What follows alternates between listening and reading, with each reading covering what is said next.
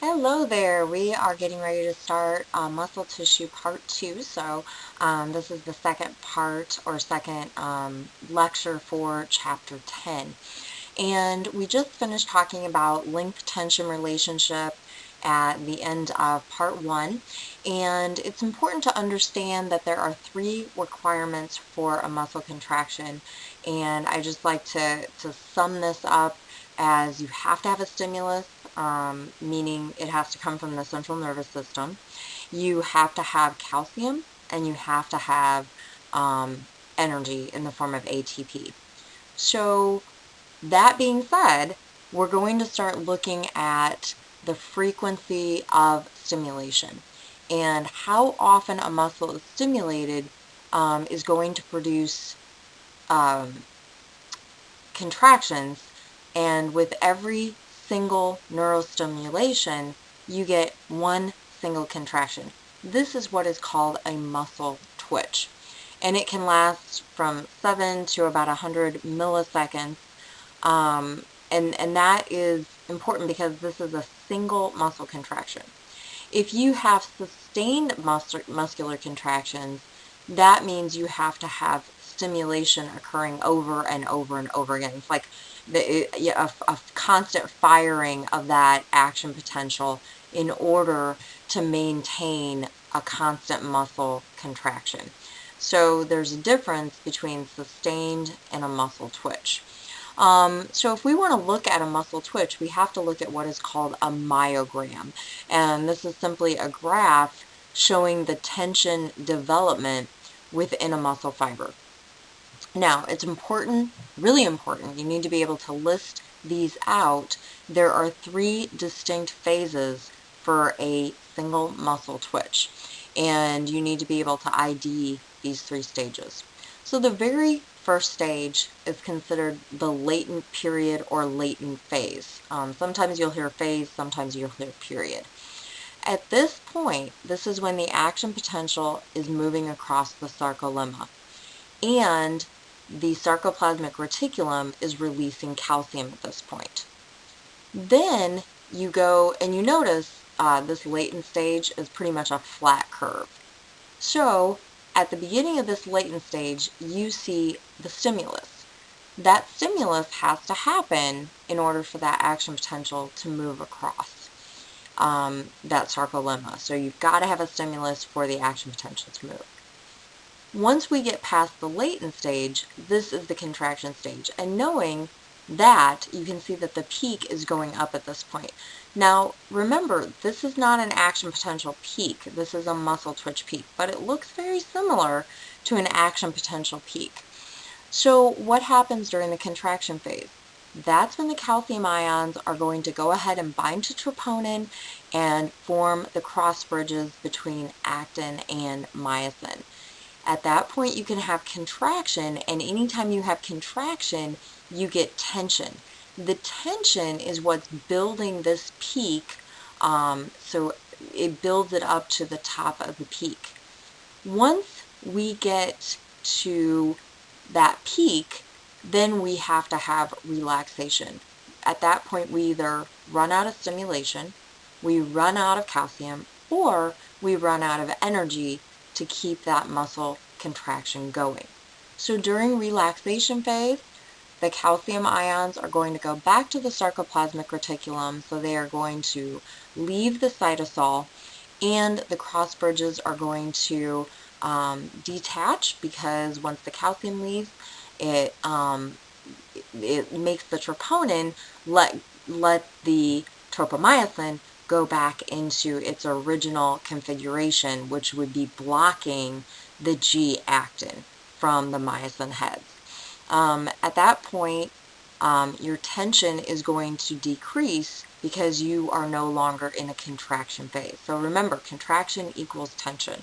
No contraction, no tension or reduction in tension as relaxation starts to occur.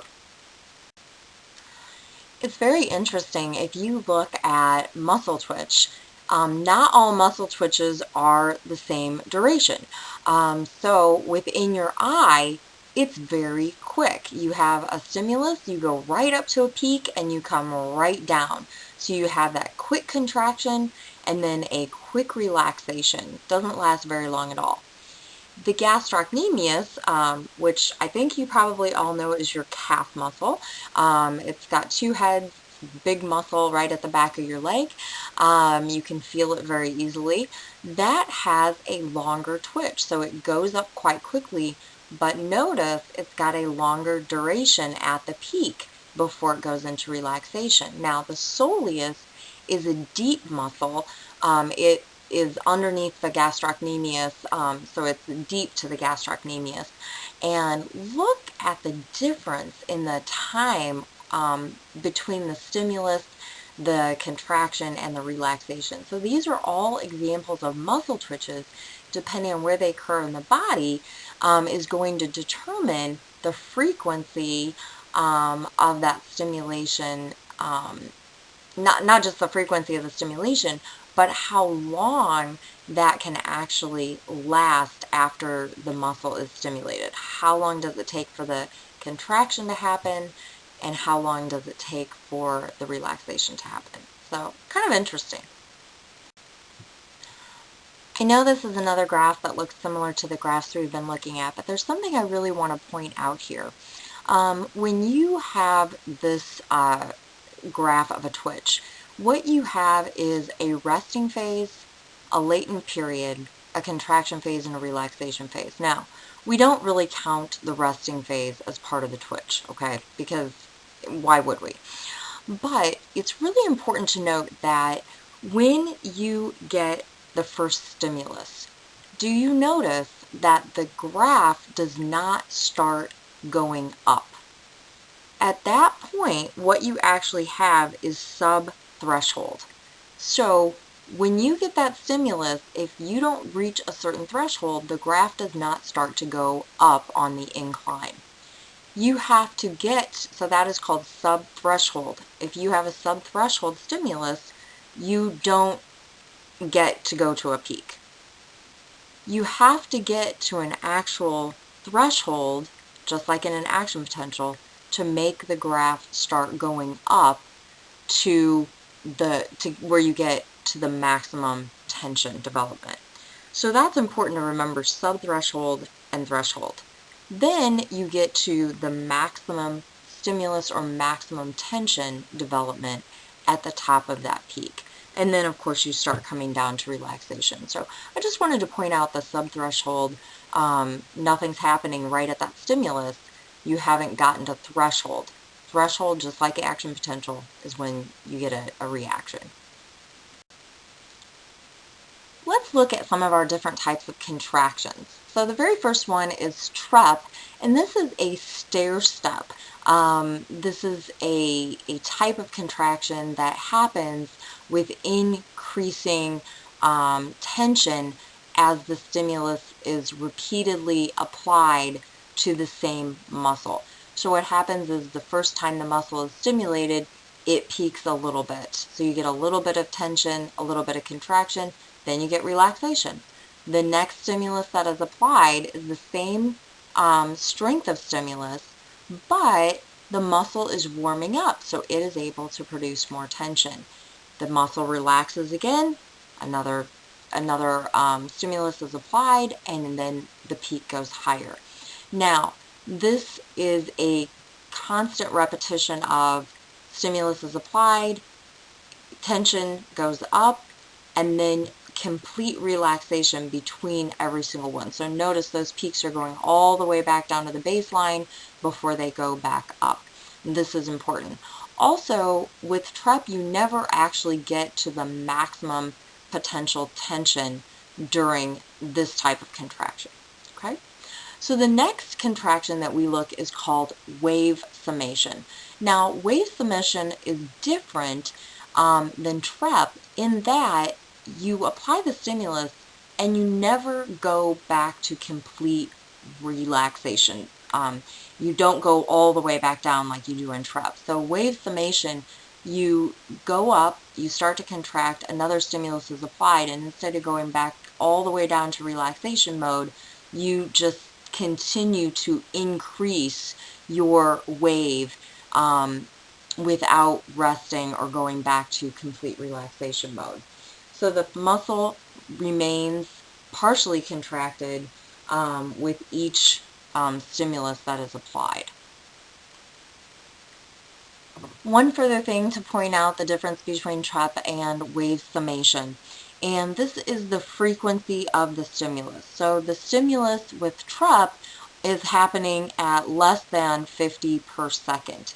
With wave summation, it comes much faster, but it's considered greater than 50 per second. So it's kind of a fine line between the two, but that greater frequency of the stimulation is what's going to eliminate the relaxation part of wave summation. Another type of contraction, so we did TREP, then we did wave summation. Now we're into incomplete tetanus. Sometimes you'll hear the term tetany. So incomplete tetanus is actually following wave summation. So if you notice in the very first part of this slide, you have wave summation going on so that the stimulation is coming, you don't go to complete relaxation, but as you get further and further up, you get closer and closer to maximum tension, but you never quite get there. So the tension rises to a peak, and then you start going into a little bit of relaxation. So notice at the very top of incomplete tetanus, you start to get into relaxation, but the cycle is coming so fast that you don't go into complete relaxation mode down to the baseline. So that is considered incomplete tetanus. Remember, you don't get to maximum tension, and you have a very rapid cycling of contraction and slight relaxation, but not all the way. This is different from complete tetanus. So if you notice in complete tetanus, you have so many the stimulus is coming so quickly that you go to a very, very fast peak, and then you get all the way up to maximum tension. So notice you hit that line, the maximum tension line, and then you have no relaxation at this point. No relaxation. That's very, very important to remember the difference between incomplete and complete. Complete is no relaxation period because the stimulus just keeps coming and coming and coming. So in this situation, you are going to have a muscle that is continuously contracted. Probably not very comfortable if you think about that. It might be a little bit painful to have that. Also, all of your cross bridges, all of those myosin heads are connected with the actin at this point. This will continue until you run out of calcium, you run out of energy, or the stimulus finally stops. We've been talking about stimuli and frequency of stimuli, how it adds to different types of contractions or tension within the muscle. We also looked in the last lecture at the tension-length relationship. Now we're going to look at tension based on how many muscle fibers are actually being stimulated at any given time. So you actually have your muscle fibers are they're in groups called motor units. And these motor units are actually a motor neuron plus all the muscle fibers that it controls. So you've got these motor neurons that are controlling a given number of different muscle fibers. And you can have muscle fibers that in a motor unit that you only have a couple muscle fibers. You can get into thousands depending on how large the motor unit is. So you can have small motor units, you can have very, very large motor units. The important thing here is all the fibers in a motor unit contract simultaneously. So they are all going to contract at the exact same time. And that's why the tension is going to be very dependent on the number of stimulated muscle fibers or motor units. As as we look at these motor units, it's important to understand a couple vocabulary words. And so we know a muscle twitch is a single muscle fiber that contracts and responds to a single stimulus. Now we have another term called fasciculation. And I know that's a big word, it's in your lecture notes, so if you're wondering, how do I spell fasciculation? And this is important because it is an involuntary muscle twitch. So we've been talking about skeletal muscle, and skeletal muscle is voluntary. But in this case, it's an involuntary muscle twitch. And unlike a true twitch, as we would call it, fasciculation involves more than one muscle fiber. So a twitch, one stimulus, one muscle fiber. A fasciculation is an involuntary twitch that involves more than one muscle fiber. Okay? Now, let's talk about another vocabulary word, and that is recruitment. And what recruiting means is gathering motor units as you need them. So if we want to pick up a piece of paper or a pencil or something very, very light, we don't need to bring all of our motor units into play. We have plenty of muscles, our fine muscles, that can go ahead and pick up that very light object. But let's say instead of that pencil, we want to pick up a 15-pound dumbbell. Well, we're going to need more motor units. We are going to have to recruit more motor units to come in and help us pick up that 15-pound dumbbell. So as you require more strength, you will recruit helpers, and those helpers are more and more motor units. So the definition of recruitment is simply the increasing number of active motor units. You don't use 10 motor units if you only need to pick up a paper clip. But you go from a paper clip to a 15-pound weight, you have to recruit another motor unit. Or you go from a paper clip to a 15-pound dumbbell to a 50-pound bag of dog food. Okay? Then you need a lot more motor units involved to pick up that much, much greater weight. So recruitment is all about getting help to help you when you need more and more force. I want to move on to muscle tone, and we all want toned muscles, right? We're getting into that season of hot weather and tank tops, and we don't want flabby arms, right? We want our arms to be toned. At least I do. Okay, just I don't know. Maybe it's just me. But muscle tone is actually a partial contraction, and what happens here is even when you're at rest, your muscles have a little bit of contraction, and that is considered muscle tone. Now, this isn't still skeletal muscle because smooth muscle tone is a little bit different. So remember, this is skeletal muscle tone is a partial contraction.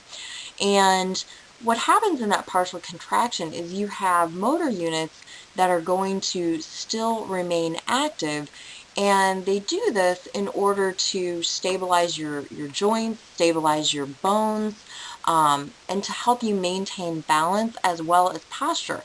Remember, you may not be actively doing anything, but the act of just standing or sitting up straight, you have active muscle involvement. And so you have motor units active pretty much all the time when you are maintaining posture, okay, posture and balance. So the more toned your muscles are, meaning, if you get the big weightlifter and they have the big nice arms, just kind of imagine the really nice toned arms and no flab at all. The more tone you have, the more energy that you burn even while you're at rest. So if you want to lose weight, a lot of people think you need a lot of cardiovascular. And I'm not discounting that. You do need cardiovascular exercise. But if you really want to burn energy, burn muscle, or burn fat, sorry. If you want to burn calories, you really should lift weights. because even after you get done, you'll keep burning those calories just by having that nicely toned muscle. Kind of cool, I think. Now, if we are talking about toning muscle, we have to look at different types of contractions that are going to help us when we are lifting weights, let's say. Okay? So when we look at the different types of contractions, what we're really looking at is how much tension is being produced during a given contraction. So I always like to talk about bicep curls. Everybody can imagine if you put anything in your hand and you go from your hand down at your leg, lifting up into a bicep curl, you can feel the muscle contracting in your bicep. I've used this example before. So what happens in an isotonic contraction is you have a change in length of the muscle. The muscle gets more bulging or contracted as you lift this given weight. Let's just say bicep curls for fun. So in an isotonic contraction, we know that the muscles change in length. When they change in length, this happens with motion. Okay, we're moving our forearm up to our arm in this process. Now, when we look at isotonic contractions, there are two types of isotonic contractions. The first one is called concentric. So as you are taking that hand weight and moving it closer to your shoulder, okay, so we're bringing the weight up towards our body, this is called a concentric contraction. A concentric contraction is when the muscle is going to shorten and you are going to overcome that load by lifting it up. So in this case, it's 2 kilos. So 2 kilos, 1 kilo is 2.2 pounds. So this would be 4.4 pounds that we would be lifting in a hand weight, let's say. Okay, so that is a concentric contraction. The muscle shortens. What goes up must go back down. So after a concentric contraction, when you return the weight down to its original position down by your leg, this is considered an isotonic eccentric contraction. So the eccentric contraction occurs when the muscle lengthens instead after it has been shortened or contracted. So you have picked up that weight, you have done a concentric or shortening of the muscle. Then when you relax that weight, you let the weight go back down, you lengthen the muscle back out. That's the eccentric. So a concentric contraction followed by an eccentric contraction. Remember, these are both isotonic. So isotonic, concentric, isotonic, eccentric contractions. In concentric contractions and eccentric contractions, these are both isotonic and they both involve shortening or lengthening or a change in the length of the muscle. When we look at isotonic contractions, the muscle length stays the same. So you are applying stimulation, you are causing the tension to rise, but the muscle does not actually change in length. So this is really, really important. The tension never exceeds the load in this case. Examples of this would be if you were holding a plank position, or really holding, if you were up against a wall and you were pushing on that wall as hard as you could, but there's no motion involved and you're creating tension, but the muscle length is staying the same. We spend a lot of time talking about contractions, and one of the other things that we need to discuss is how fast a contraction actually happens or occurs. Well, that all depends on how much load or resistance you're trying to move at any given time. So the smaller the load, the faster the contraction occurs. The larger the load, the longer it takes for the contraction to occur. So the load and the speed of contraction are considered to be inversely related. One goes up, the other goes down. So if you look at this graph and just look at the small load, right after the stimulus, the contraction starts to happen. If you look at the medium-sized load, it takes about 5 milliseconds for that contraction to start. And then if you look at the large load, it takes just about 10 seconds after the stimulus before you actually start to have a contraction. So this is an important concept to understand. The other thing that we need to talk about is relaxation of a muscle. We've talked about contraction, contraction, contraction, but eventually you have to have that muscle relaxation. And there are 3 mechanisms that aid in muscle relaxation. And the whole point of the relaxation is to return the muscle back to the original length that it was at resting. Okay, so these 3 mechanisms are what you need to know. The first one is you have elastic forces involved. So if you take a rubber band and you stretch it out and you let it go, it goes back to the original shape. And that's just like what a muscle does. You stretch it and then you return it back to its resting shape or resting length. So elastic forces. Then you have what are called opposing muscle contractions. So your biceps and triceps work together, and your hamstrings and your quadriceps work together. So as one contracts, the other relaxes. As the other contracts, the other relaxes. So if you are working your biceps and you are contracting your biceps, your triceps are relaxing. As you relax your biceps, your triceps are contracting. So what you have are opposing muscle contractions, and usually you have groups of muscles working in opposition to each other. And finally, you have plain old gravity. Don't you love Newton? So gravity is just actually assisting the opposing muscles to work, and it happens quite naturally. You just let everything go, and gravity will take over. So we have to look at how does muscle store ATP and use ATP and create ATP. Well, it's important to understand that skeletal muscles actually are producing ATP even when they're at rest. But what they intend to do is produce more than they actually need. So that extra energy gets stored in order to have or start a muscle contraction. But to keep that muscle contraction going and sustain a muscle contraction, you have to produce more ATP. So what actually happens is the ATP transfers energy to creatine, and then that creates creatine phosphate. This creatine phosphate is also called phosphocreatine, so you may have heard it in a different class as phosphocreatine, but for here we call it creatine phosphate. Either one I'm fine with.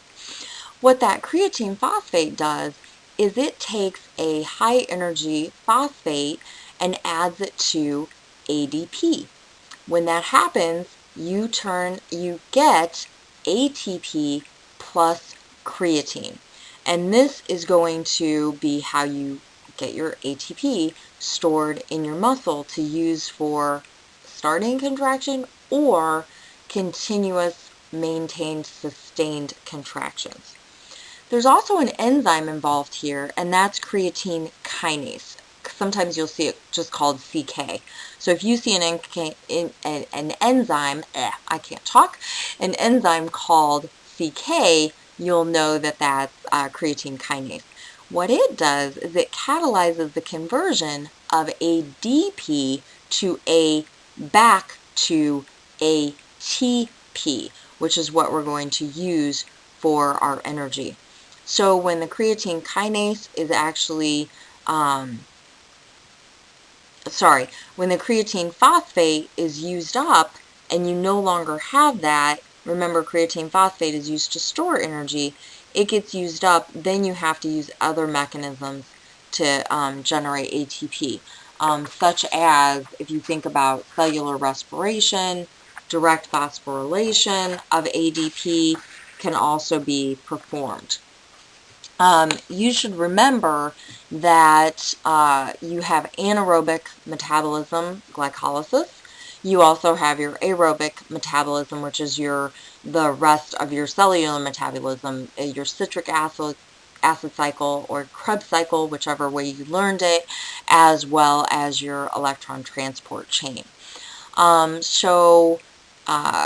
At this point, if you do not remember cellular respiration, you must go back and review cellular respiration. You should understand that glycolysis takes place in the cytoplasm, and therefore it does not require oxygen. When you get into the mitochondria, it's an aerobic process because it requires oxygen, and you are breaking down glucose in order to get ATP. The majority of your ATP is produced in the electron transport cycle. So this is really, really important because when you have muscle metabolism, what happens is you have the ability to actually break down fatty acids and store glycogen and creatine phosphate.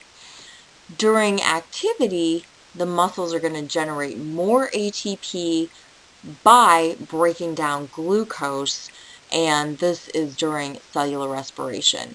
So what happens when you go above moderate activity? Let's say instead of running a 5K, you run a marathon, okay?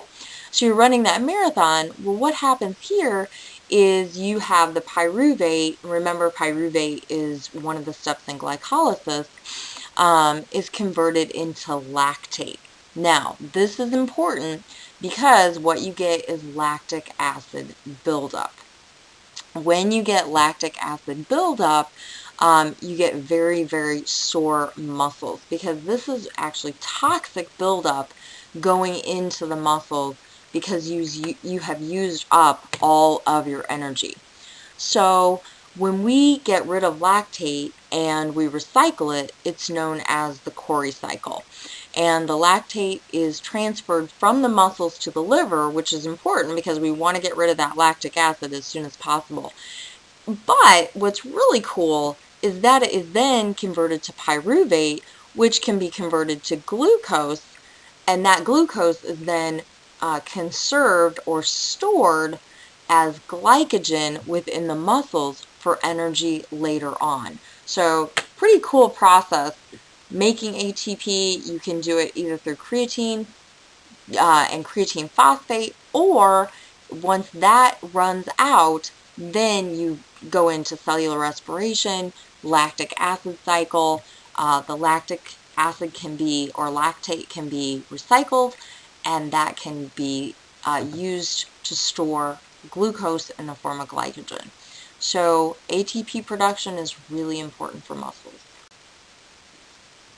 As we're talking about ATP production, we also have to look at oxygen and oxygen debt within a muscle. So oxygen debt is really when you are very active, you're exercising, you're running, whatever exercise you're doing, you need more oxygen. And remember, the most ATP is produced in the aerobic cycle. So oxygen deficit happens when you exercise at whatever pace you're exercising at. You start breathing hard. So you have to intake more oxygen than you are using. And how do you do that? Well, you do this by breathing, taking deeper breaths, taking faster breaths, in order to get the oxygen that you need to get your body back into homeostasis.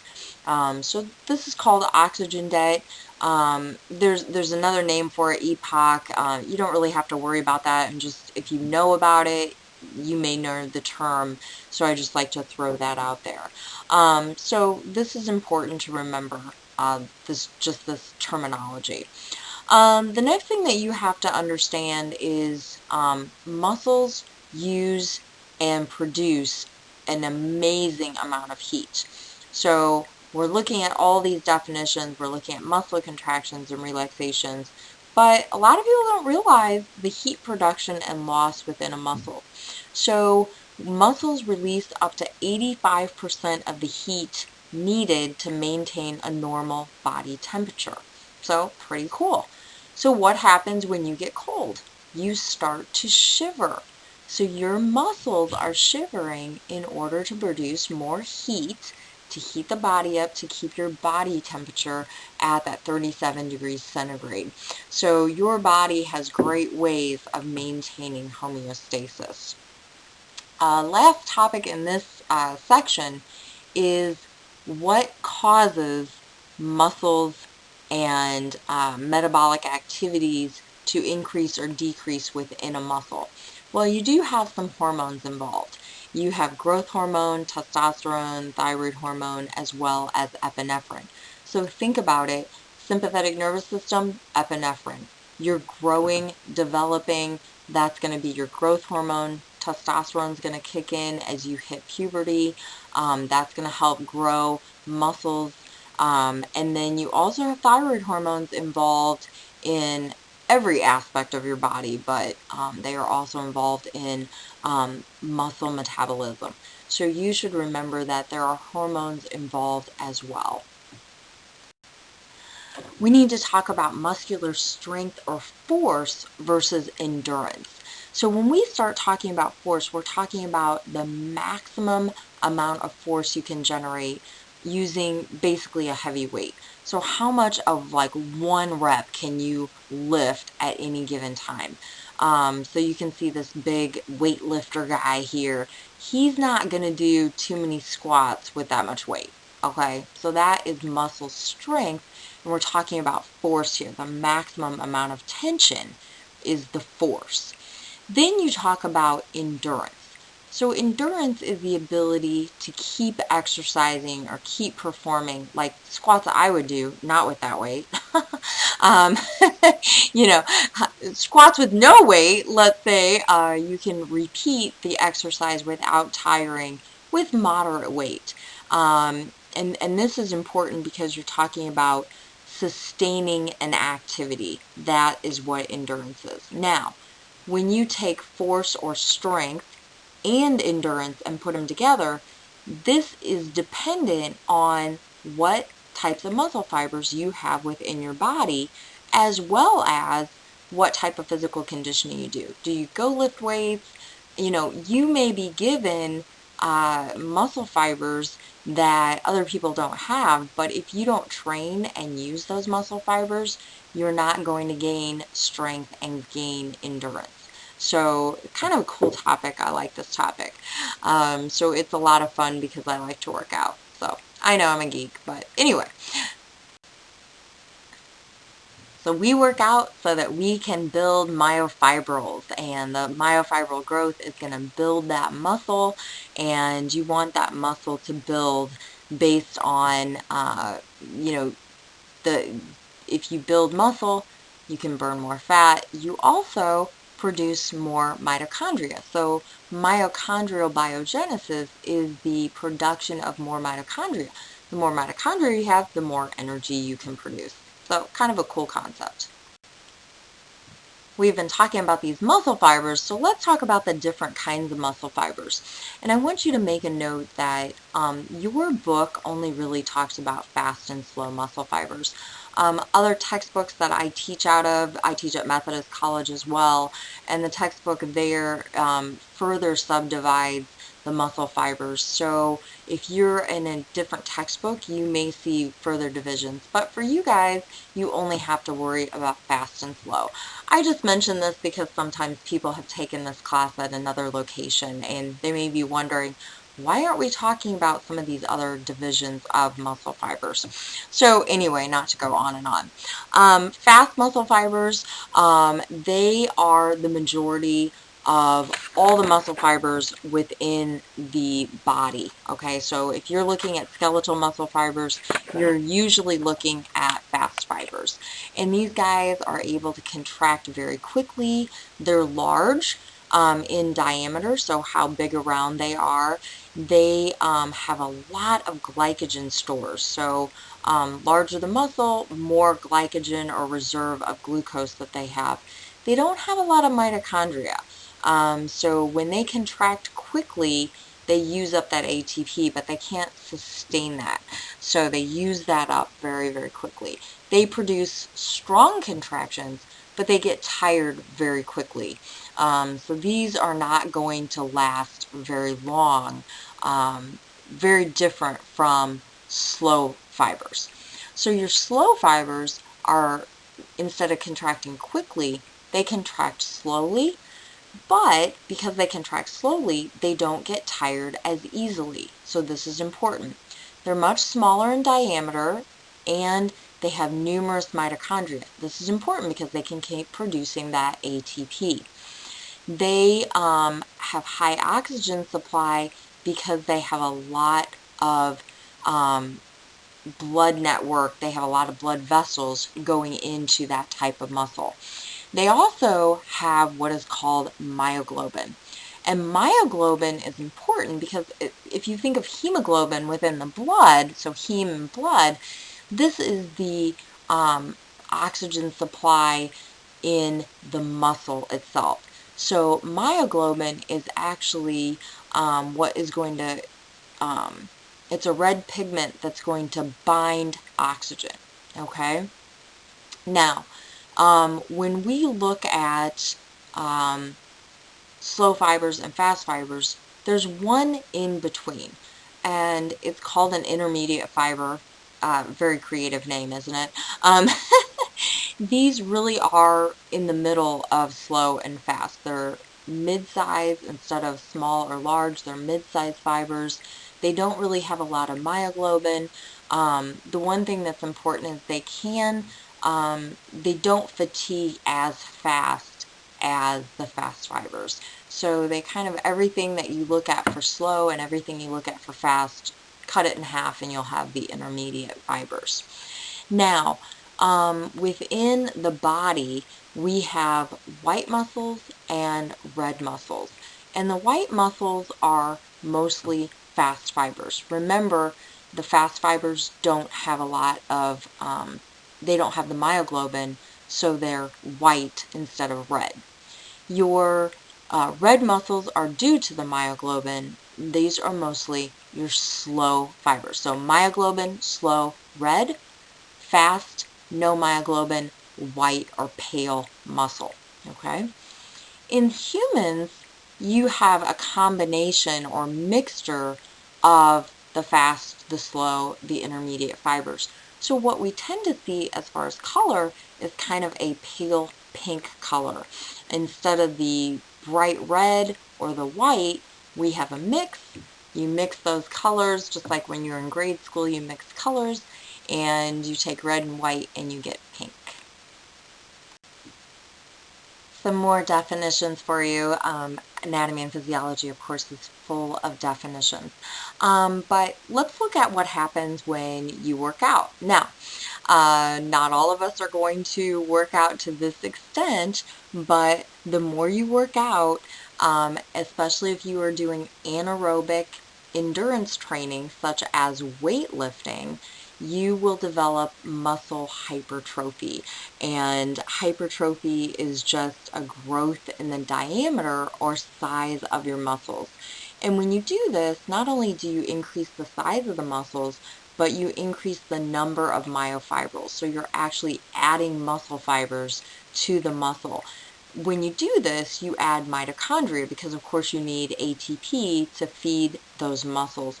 And you have bigger glycogen reserves because you have more room to store more glycogen. So all of that happens when you get muscle hypertrophy. This is the reverse or the opposite of what happens with muscle atrophy. So I like to say if you don't use it, you lose it. And that's what happens in atrophy, is you start losing your muscle mass due to inactivity. And this can also happen as you age. So as you age, it's harder to build muscle. You have to work harder to build that muscle. And so you tend to lose the diameter of your muscle. Your muscles get smaller. And you also have the loss of elasticity in the muscle as you grow older and age. Your muscle can become replaced with fibrosis or an increase in fibrous connective tissue. As you get older, you don't tolerate a lot of exercise as well as a younger person. What I mean by that is if you are used to exercising, you develop a tolerance for exercise no matter what age you are. But it does take you longer to recover. So let's say you do a really hard workout session, you're lifting weights and you work hard. You may be sore for longer than a younger person. So that recovery period it takes longer. And if you injure a muscle as you age, it takes longer for that muscle to repair itself. So if you tear a muscle, pull a muscle, or you're really sore from working out, you don't really want to step back in there and work out again right away as an older person. So that's basically what that means. What happens when we have muscle fatigue? So we're doing all of this working out and we just get to a point where we can no longer lift that weight again. This is muscle fatigue, when you can literally not lift that weight one more time. A lot of times we want to fatigue the muscles till we cannot lift anymore. And it's a form of exercise. We do it on purpose. But it can be related to different factors. One of them is actually damage to the sarcolemma or the SR. So you damage that and you can no longer contract the muscles. You can have a problem with pH within your system, can affect calcium ions. And also, if you're extremely tired, you've been lifting for a long time, you get extremely tired, this can actually be due to low blood pH as well as pain. If you're in pain, you're not going to want to run to the gym and start working out. So you may have muscle fatigue because you're actually in pain. So it's kind of a vicious cycle there with that. So as we condition our bodies, we really should be performing two different types of exercise, both aerobic and anaerobic. And that's important because you don't want to just have one or the other. It's important to have a mix. So when we look at anaerobic exercises, we're talking here about sprinting or weightlifting for the most part. Those are just two examples, and there are others. So anaerobic exercise is going to use those fast fibers, and it's going to stimulate hypertrophy, which we just talked about. That is different than aerobic activity. Aerobic activity is going to be more sustained. If you look at anaerobic exercise, it's fast, it's intense, quick workouts. But aerobic activity is going to last much longer. It's going to use more mitochondria because you need that ATP, and it doesn't tend to stimulate hypertrophy. Now, this is important because what are the effects of a training regimen? So if you look at doing aerobic and anaerobic is going to help you burn fat even after you're done. That's an important component that people don't always think about or remember. So with aerobic activity, you're going to create endurance. So anaerobic, think strength. Aerobic, think endurance. And this endurance is going to change the characteristics of the fibers within your body. Plus, it's going to help with cardiovascular. So you need a strong heart. You need that aerobic exercise. So remember, you should get a combination of both. Not that I'm preaching or anything, just saying. everything we've talked about up to now has been about the skeletal muscle. Now we're going to move on to the cardiac muscle. So you can see it is striated. It has only one nucleus for the most part. It has smaller cells predominantly than the skeletal muscle tissue. You can also see the intercalated discs here. I'm going to show you a better view of those in a minute. Please take note, as in your lecture notes, the sarcoplasmic reticulum doesn't have terminal cisternae. There are no triads in the cardiac muscle, and it's dependent on aerobic metabolism. Obviously, your heart needs oxygen, so that is going to be key to keep it healthy and beating strongly. Because of aerobic metabolism, you have many mitochondria to produce ATP, and you also have a lot of myoglobin helping carry that oxygen along. So myoglobin, kind of the hemoglobin of the muscle tissue, so very important. Here we see a better view of the intercalated discs, and these are going to connect the cells together within the cardiac tissue. These are also going to help support the structure, help support and stabilize the position of the cells to each other. It's also important to understand that the intercalated discs are going to allow ions to move from one cell to the other. The muscle tissue also has gap junctions as well as desmosomes. So the intercalated discs as well as the gap junctions and desmosomes are going to make sure that electrical impulses can also travel through the muscle in order to allow the muscle to beat as a unit or synchronously. So this is important to understand because that's key, and that's what makes the cardiac muscle just a little bit different. Also notice here the multiple mitochondria. We need that energy. You can see also that the structure of the sarcomeres looks very similar to skeletal muscle, so you can see that pretty well as in this view. Here we see the wide T-tubules. Notice no triads. The sarcoplasmic reticulum does not have the terminal cisternae, so that makes it very different than your skeletal muscle tissue as well. So functional characteristics of the cardiac muscle tissue, you need to know these. One of the really important things is skeletal muscle has to have the motor neuron connected at the neuromuscular junction to make it contract. So the nervous system is in control of the skeletal muscle tissue. Not so with the cardiac muscle tissue. It does not require any stimulation from the nervous system. So that is important because it is able to beat without the nervous system telling it to. And this is crucial to our survival. And the other thing that's important to hear is we're not going to get deep into this, but what does control it if the nervous system doesn't control it? The control is by what are called pacemaker cells, and we'll get more into that when we actually study the cardiovascular system. This being said, the sympathetic nervous system and the parasympathetic nervous system do somewhat have a say-so in what goes on in the cardiac muscle tissue. And you can think about this as far as sympathetic nervous system will increase the heart rate.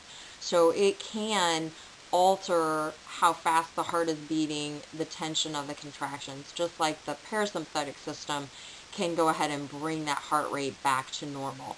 So you don't have to have the nervous system to cause the heart to beat, but the nervous system does have some influence in how fast the heart beats and how strongly the heart beats. So that's something to keep in mind. The other thing that's different about the cardiac system is the contractions last much, much longer in the cardiac muscle than they do in the skeletal system. Skeletal system, contract, release, relax, it's done. Not so in the cardiac muscle tissue. The refractory periods are also longer, and this is important. It differentiates it from the skeletal muscle tissue. Also, you don't have tetanic contractions within cardiac muscle tissue. This is a good thing. Can you imagine if you had full tetanus in the cardiac muscle, like a muscle spasm? That would be very bad for your body. Your heart is not going to have tectonic contractions. It also doesn't have wave summation. So you want your heart to beat at a normal rhythm. Think bum bum, bum bum. You don't want this wave summation. You don't want it getting stronger and stronger and stronger and then going into tetanus. So if you think about it, this is important to not have in the cardiac muscle tissue, very different than the skeletal muscle tissue. So why are these two things prevented? They are prevented due to special properties within the sarcolemma. The sarcolemma is going to prevent tetany, and it's also going to prevent wave summation. So keep those things in mind. Be able to compare and contrast cardiac with skeletal muscle. Last muscle tissue we're going to look at is smooth muscle. And this is really important to look at how it compares to skeletal muscle. That's what we're really looking at here, is how is it different. We can see that it's spindle-shaped cells, central nucleus, no striations. Why does it have no striations? Well, one of the big reasons is because it has no T-tubules, no sarcomeres, and no myofibrils. So that is extremely different than skeletal muscles. Also, you have scattered thick filaments. You can kind of see the thick filaments within the smooth muscle, and this is what contains the myosin head. So you still have actin and myosin. They're just not arranged in the same way. You also have thin filaments, and these are attached to what are called dense bodies. And these are going to actually help transmit contractions along this sheet of muscle. So smooth muscle is more in a sheet than these really, like these no myofibrils. It's more of a sheet. The other thing that's different about smooth muscle is it doesn't contain any tendons or aponeuroses, obviously, because it doesn't attach to bones. So this is important to understand. Here's a little bit closer view of the spindle-shaped cells of the smooth muscle. Notice you have the thick myosin strands and the thin actin strands, as well as the dense bodies. Now the dense bodies, they are going to help transmit that contraction. So this is a very different setup than our sarcomeres, which we see in our skeletal muscle view. One of the things that you have to understand is if you don't have the same structure as the skeletal system, then how does the smooth muscle contract compared to the skeletal muscle? So one of the first things that you have to look at is what is called the excitation-contraction coupling. So here you don't have calcium stored in a sarcoplasmic reticulum so much as calcium floating around in the cytoplasm of the muscle cell. This is actually going to trigger the contraction just like in the skeletal muscle cell. So you still have calcium ions involved. But what happens is the calcium ion bonds to what is called calmodulin. Now calmodulin is kind of the counterpart to troponin. Remember, there's no troponin in smooth muscle. You only have troponin in skeletal muscle. In smooth muscle, the same type of protein or its counterpart, however you would like to word it, is calmodulin, and this is important.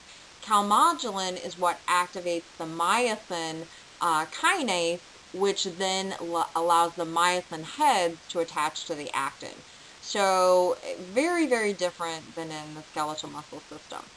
Now, how do you get into the contraction? So you've got the myosin attaching to the actin because of calmodulin, but how much tension can you put on a smooth muscle cell? Well, this is different as well because you don't have sarcomeres. That means the tension and the resting length are no longer directly related to each other. So in other words, you don't have to completely relax a smooth muscle cell to have another contraction take place to full tension. It's not the same way as a skeletal muscle cell. So when we look at a smooth muscle cell, what we have is called plasticity. And what that means is when a smooth muscle cell, even if it's contracted, it can still continue to contract. Even if it's stretched, it can still continue to contract over a lot of different lengths. So it's not like that in a skeletal muscle cell. The skeletal muscle cell is all dependent on how stretched out it is or how contracted it is, whether or not it's going to be able to do a full contraction. Smooth muscle really has a lot more variability in the fact that it can contract completely from different stretch points and from different tension points. So I hope I'm making sense. I hope that makes sense to you. There are two distinct types of smooth muscle, and the first one we're going to look at is the multi-unit smooth muscle. And in this type of muscle, the cells are actually not connected together. And so what that means is they don't spread the contraction through the cells. They contract as individual little units, and that's why it's called multi-unit. These cells are actually innervated in motor units, and each individual cell can be connected to one or many motor units in and of itself. So we find these in the iris of the eye, we find this in the airways going to the lungs, we find multi-unit muscle also in large arteries, walls of blood vessels, okay?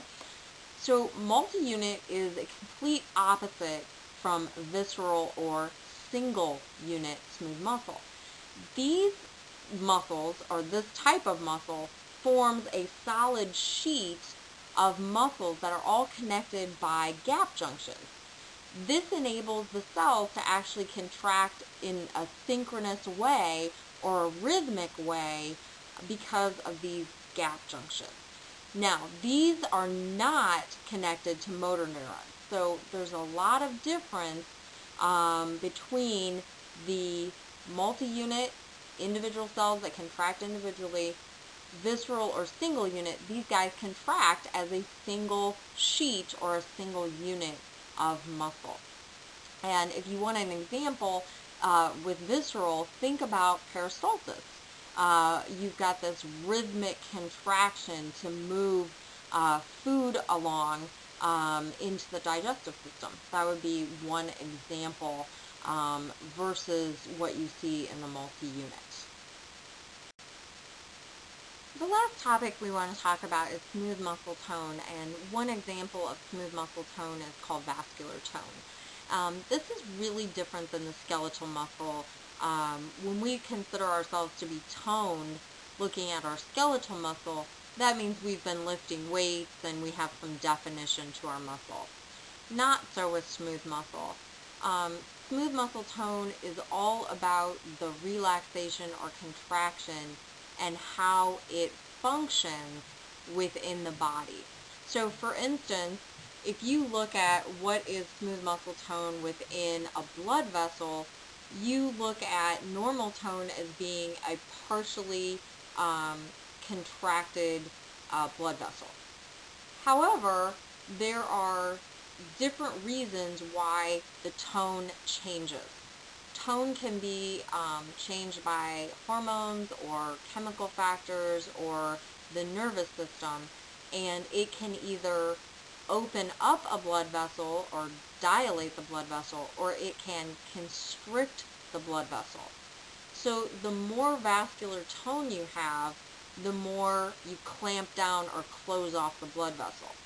The less vascular tone you have, the more you open up or dilate the blood vessel. So why would you do this? Well, let's say you have your body's functioning, it's at normal smooth muscle tone. And what happens is the body detects that you're not getting enough oxygen to a specific part of the body. What will happen is either the nervous system will detect this, or a hormone will detect this, or a chemical factor will detect that you're not getting enough oxygen within a certain blood vessel or part of your body. Your body reacts by relaxing the smooth muscle tone, and that opens up the blood vessel or vasodilates the blood vessel. It lets more blood come in, and that gives you more oxygen And once that oxygen level is back to homeostasis, then you can go back to normal, smooth muscle tone where you have a partially contracted blood vessel and it's not letting as much blood in. If you, again, detect you don't have enough oxygen, the blood vessel dilates or goes under vasodilation. This is less vascular tone because the blood vessel has relaxed. When that happens, you get more blood in, more oxygen. So that's what we talk about with smooth muscle tone. It's kind of a different concept. Actually, fairly complicated concept. Just understand the definition, please.